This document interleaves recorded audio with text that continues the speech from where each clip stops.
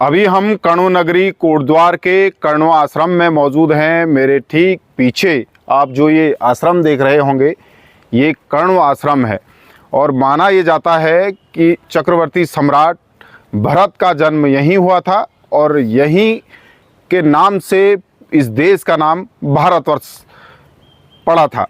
तो ठीक आप मेरे पीछे देख रहे होंगे, ये कर्णो आश्रम है और माना ये जाता है कि कर्णो आश्रम का वर्णन भारत के प्राचीन ग्रंथों, पुराणों, महाभारत तथा इस देश के जन्मे सबसे महान कवि तथा नाट्यकार महाकवि कालिदास की रचनाओं में भी जीवंत मिलता है। दूर दूर से यहाँ श्रद्धालु पहुँचते हैं और ये कोटद्वार से मात्र 14 किलोमीटर की दूरी पर है।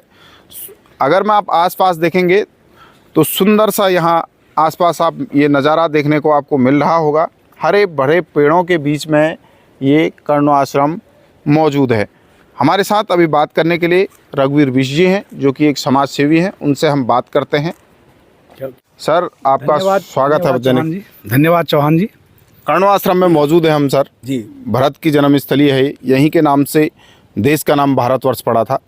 किस तरीके से देखते हैं, क्या समझते हैं आप इस स्थल के बारे में? देखो जी चौहान जी, सबसे पहले तो इस पवित्र भूमि को नमन करते हैं। इस कर्णाश्रम का वर्णन जो है हमारे भारत के प्राचीन ग्रंथों, पुराणों से लेकर महाभारत से लेकर के कालिदास की रचनाओं में इसका वर्णन है।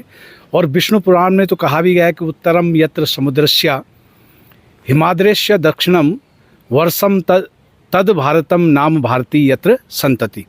कहा जाता है कि राजा दुष्यंत आखिर शिकार खेलते खेलते मालन नदी तक पहुंच गए थे और यहाँ पे कर्ण ऋषि तपस्या करते थे।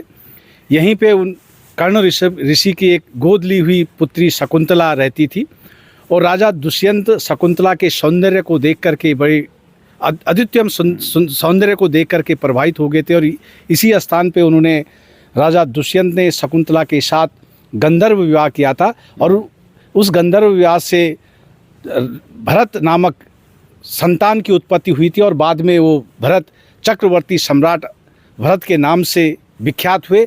और कहा जाता है कि उन्हीं के नाम पे इस भारतवर्ष का नाम, इस भारत का नाम भारतवर्ष पड़ा। और ये वही पवित्र जगह है। आप देख रहे होंगे यहाँ पे कर्णो ऋषि जो उनकी तपस्या स्थली है।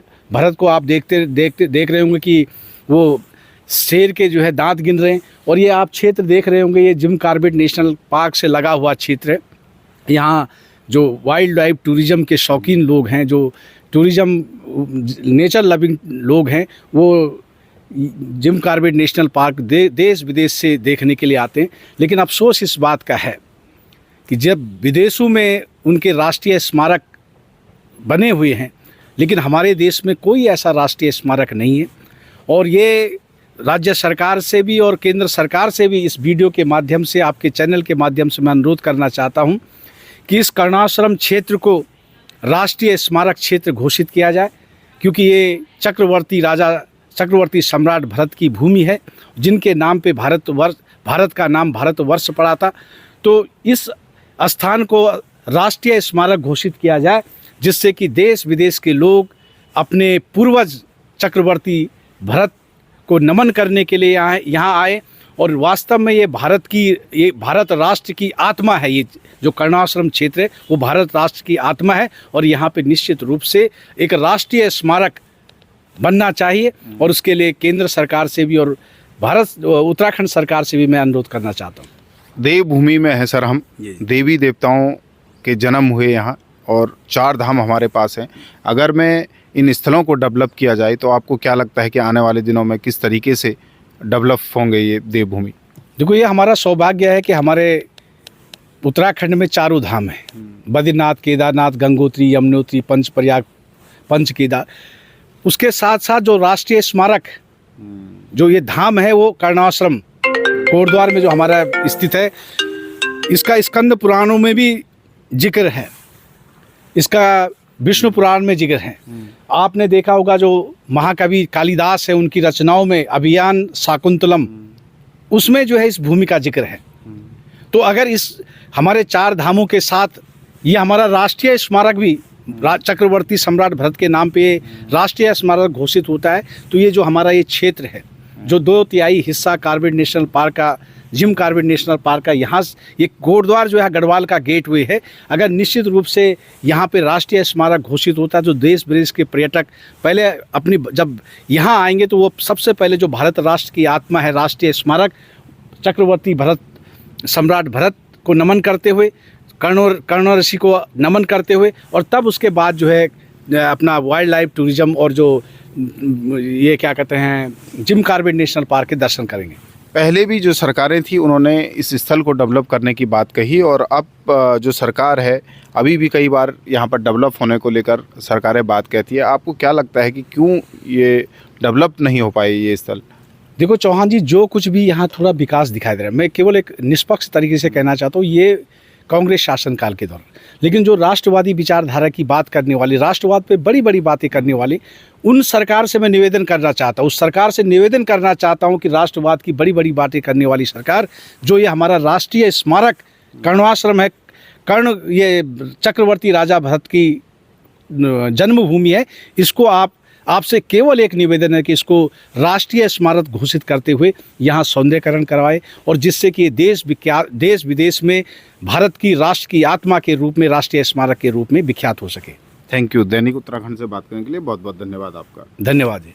तो यानी कि अभी हम कोटद्वार में मौजूद हैं। कोटद्वार का ये कर्ण आश्रम है, यानी कर्ण आश्रम इसे कहा जाता है। कोटद्वार शहर में जब आप आएंगे तो कोटद्वार शहर से 14 किलोमीटर की दूरी पर ये कर्ण आश्रम आपको पड़ेगा।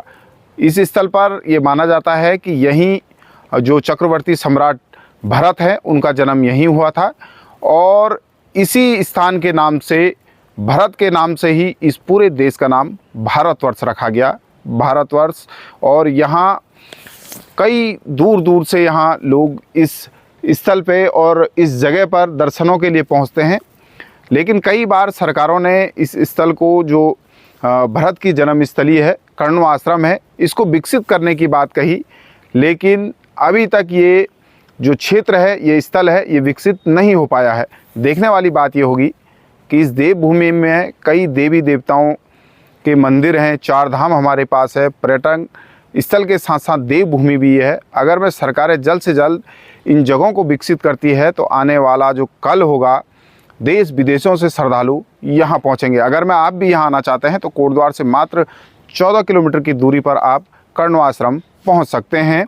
और 2019 में जब त्रिवेंद्र सिंह रावत मुख्यमंत्री थे तो वो भी जब इस जगह पर आए थे तो उन्होंने भी इस कोटद्वार का नाम कर्ण नगरी करने का फैसला लिया था। उसके बाद कैबिनेट में ये फैसला होकर जो कोटद्वार शहर है उसका नाम भी अब कर्ण नगरी किया गया है।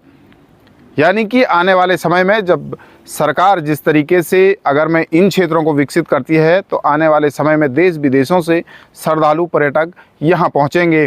कोटद्वार से दैनिक उत्तराखंड के लिए मनोज चौहान।